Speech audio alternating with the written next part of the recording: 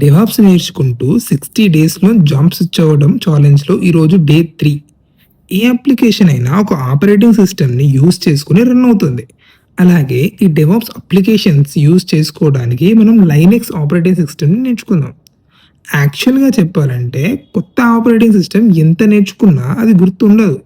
మనం ఖచ్చితంగా ప్రాక్టీస్ చేయాలి. అప్పుడు మాత్రమే మనం ప్రాపర్‌గా ఆన్సర్ చేయగలం ఇంటర్వ్యూలో.